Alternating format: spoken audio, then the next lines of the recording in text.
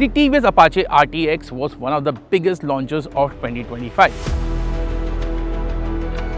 We've been waiting for many years for TVS to launch an ADV offering given its off-road racing experience in India, and it was the first Indian brand to compete in Dakar.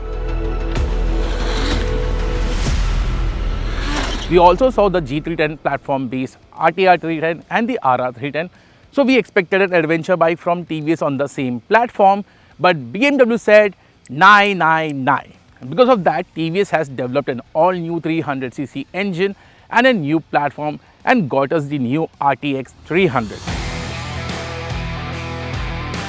So is this a great first ADV offering for you to buy or not? Let's find out in this real-world test video. But before we proceed further, please make sure that you hit the subscribe button and join with us at Team Acko Drive to follow all the latest updates from the Indian automotive scene. I'm going to directly dive into performance, but it will be bifurcated into three sections: city performance, highway performance and off-road performance. First up, the city performance. The new 300cc engine is all new, and in terms of performance figures, it is similar to the older 310cc engine, but in terms of vibrations, it is better, but I will get that to later. Now talking about city performance, the highlight of this engine is the low end grunt. You can ride this motorcycle in first gear and second gear effortlessly. It chugs very well. So in terms of doing city speeds, the RTX engine does perform well. Now coming to the clutch action, the clutch action is light, but it could have been lighter. And talking about the gearbox, the 6-speed gearbox performs very well. The gear shifts are very positive. My only issue is with the quickshifter. It works on some occasions, and on some occasions it feels a bit notchy. I think it is because it is a mechanical unit and not a pressure-based unit as seen on the RTR310 and the RR310. So in terms of city performance, the RTX does a good job. But you know what? The engine doesn't feel that peppy and punchy. Don't get me wrong, the acceleration is quick. But in terms of feel and in terms of sensation, the RTX doesn't feel that quick, and you have to really rev this engine. Once you hit the highway, the RTX does speeds between 100 to 120 kph rather easily, and it can cruise at those speeds very well. And even in terms of high speed stability, the RTX feels very solid. The only issue is engine vibration. Yes, I compared that to the older 310cc engine. Compared to that, the RTX engine does a better job. But once you cross speeds above 80 kmph, you can feel the buzz on the handlebar, the tank and the foot pegs. The vibrations aren't very harsh, but the engine does feel buzzy. And even when you're doing speeds between 100 to 120 kph, overtakes are very easy. All you need to do is do a downshift, and there is still grunt in the engine. It doesn't feel out of breath even at those speeds. So in terms of highway performance, that is good. But yeah, in terms of vibration, it feels buzzy at those speeds. So when you are touring, this might come as a concern. The other aspect is the cruise control. All the three variants get cruise control, and it is a very easy to use cruise control. And I think in terms of touring, it will help you feel relaxed at the highway speeds. So yeah, as a tourer, speeds are good, but there are a bit of vibration.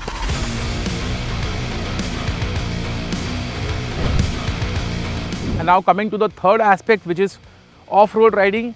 The RTX isn't a hardcore off-road motorcycle. It is better suited for trail riding. It is not a Himalayan or a 390 adventure in that sense, because it gets a 19-inch, 17-inch setup, alloy wheels. Even the tires are not proper off-road tires. I had it in this motorcycle around the trails of Shimla. Over there, the first, second gear, low-end performance was fine. You can stand up also easily on this motorcycle. The stand-up riding posture is also good. But again, it is not a hardcore off-roader. This is much suited for trail riding. It is a proper adventure tourer in that sense. And I don't think so that's a problem, because most of the riders, say 90% of the riders who buy an ADV are focused on city and touring. So in terms of off-road riding, not the best out there, but it can handle most of the trails.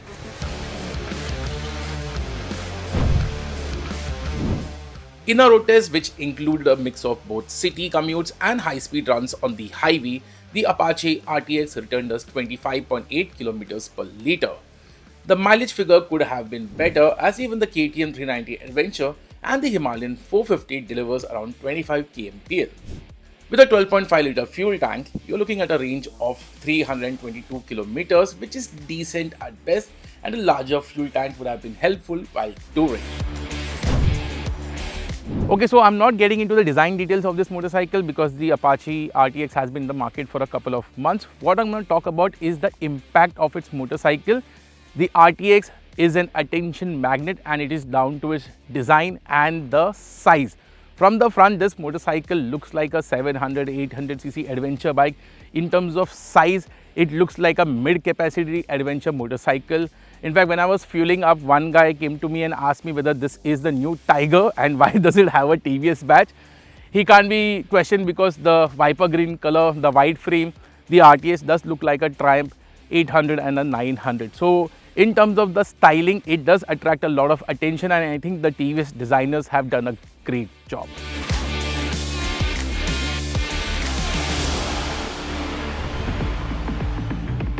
The Apache RTX is the most feature-loaded motorcycle in its category, and TVS is known for its innovation in the segment.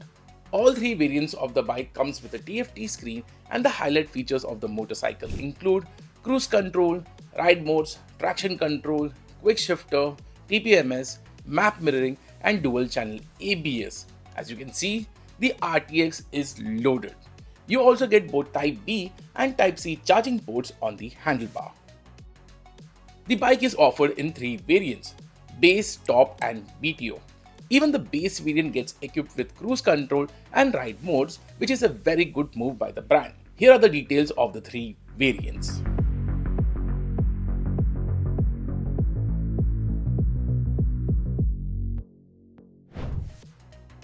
Okay, so let's talk about the ergonomics of the new Apache RTX. First up, the seat height. The seat height is tall at 835 mm, and yeah, takes an effort for you to get on the motorcycle. Now, I am 5 feet 10 tall, weigh around 100 kg. For me, this seat height is fine because I am able to flat foot. I think riders till the height of 5'8" wouldn't find this bothersome, but for shorter riders, the seat height is there on the taller end.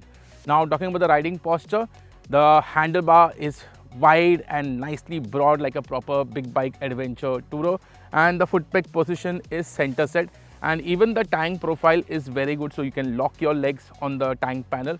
And talking about the riding posture, it's very upright and very comfortable like a typical adventure tourer, and even the seat space is a lot. I can easily move around on the saddle. And even for the pillion rider, if you can see, it's a split seat. So for two-up riding also, the RTX is good because for the pillions there is a lot of space, and there's also a nice chunky grab handle. So the riding posture feels nice and good. And the second aspect of the RTX is the weight at 180 kg. It's not too heavy or not too light, say like the V-Storm, but you can move the bike around without much difficulty, and it doesn't feel its weight when you are pushing this motorcycle in the parking lot or when you're riding the motorcycle. So in terms of ergonomics, I think TVS engineers have done a very good job.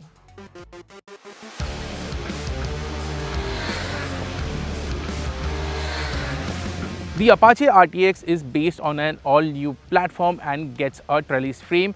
And talking about handlings, it tips into corners very easily. Through the corner, it holds its line with confidence. And I think it is down to the balance of the chassis which gives the rider a lot of confidence. We want to corner hard. Also, the 19 and 17-inch setup wheels also give the rider a lot of confidence. And in terms of handling, the Apache RTX does have that pure Apache DNA of very good handling dynamics. So in terms of mountain twists, when you're going on the mountain bends, the RTX is loads of fun. And the same thing continues in the city traffic as well, because despite its size, it feels very small and agile, and cutting through traffic, the RTX feels very nimble, doesn't feel its weight or heft, and when you want to do your city commutes also, you will have lots of fun. So in terms of handling, the RTX absolutely has the Apache DNA. The second aspect is the ride quality. Gets long travel suspension on both ends. This is the BTO variant, gets adjustable suspension, so you can tune the setup based on your need. And in terms of ride quality, I think it is the absolute best in this segment. Broken roads, potholes, speed breakers, anything that you encounter on Indian roads, the RTX took it in its stride without any effort. The only motorcycle which has a slightly better ride quality is the Himalayan 450, but then again it is in a segment higher. So in terms of ride quality, TVS engineers have nailed it.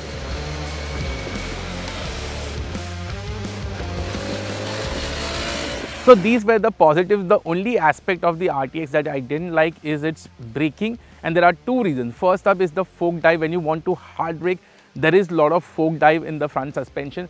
The second issue is the bite from the lever. It doesn't feel very positive. You have to actually pull the lever in very hard. Even the bite from the pads isn't very strong, and given the kind of performance this motorcycle has, I think the braking hardware could have been better. And the fact that most of the TVS Apache motorcycles have good brakes, so I don't know what is the issue with the RTX. Maybe if they change the pads in the future, the braking performance could be better. So yeah, the braking performance of the RTX is a big link.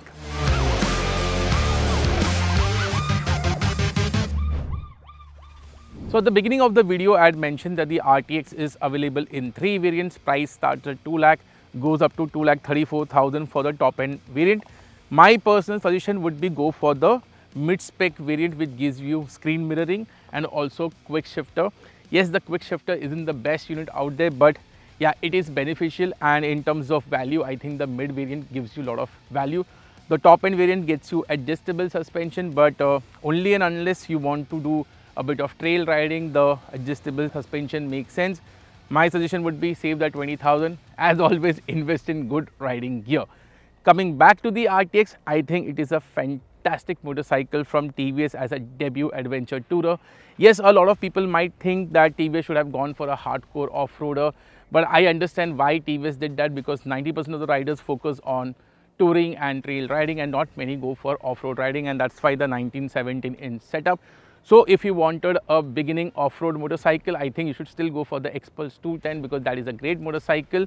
But for an adventure tourer, the RTX does make a lot of sense. The styling of the bike is on point, and I think a lot of attention will be grabbed by this bike wherever you go. The second aspect is the handling dynamics. It has that Apache DNA, which means you will have lots of fun. And the third aspect, which is very crucial for a tourer, it is comfort. The riding posture is very comfortable. The ride quality is stupendous. So you want to go over rough roads, bad roads when you are touring, the RTX is up to the task. Yes, it isn't perfect. Engine vibrations would have been slightly more lesser. It would have been a great motorcycle, but then again, you can't get everything in life. If you can live with the vibes of this motorcycle, I think it is good enough. The second aspect is, as I mentioned before, it is not a great off-roader. The third aspect is the seat height. The seat height is on the taller end at 835 mm. For those shorter riders, the RTX might feel a bit of uncomfortable, especially when you're riding in city stop and go traffic. But then again, if you are able to flat foot one leg, you can get a hang of it. And last but not least is the pricing. The pricing of this motorcycle is absolutely great, because kind of features, kind of technology and kind of dynamics the RTX is offering, I think TVS has done a great job. So if you want a entry-level adventure tourer, I think the RTX is your best bet. My only concern is that this engine is an all-new unit, so we don't know how its reliability is in the long run. That is something we'll have to wait and watch. Second thing that I have read a lot of comments on social media that people have booked their motorcycles in October and November and still haven't got those motorcycles. So please TVS, start delivery of this motorcycle, because it is a great bike. Let the riders have fun. So what's your take on the TVS Apache RTX and our video? If you think we missed out on any aspects, please do engage with us in the comment section. What kind of future videos that you guys would like to watch on Acko Drive? Again, please share your opinions in the comment section. As always, please ride safe and ride hard and enjoy.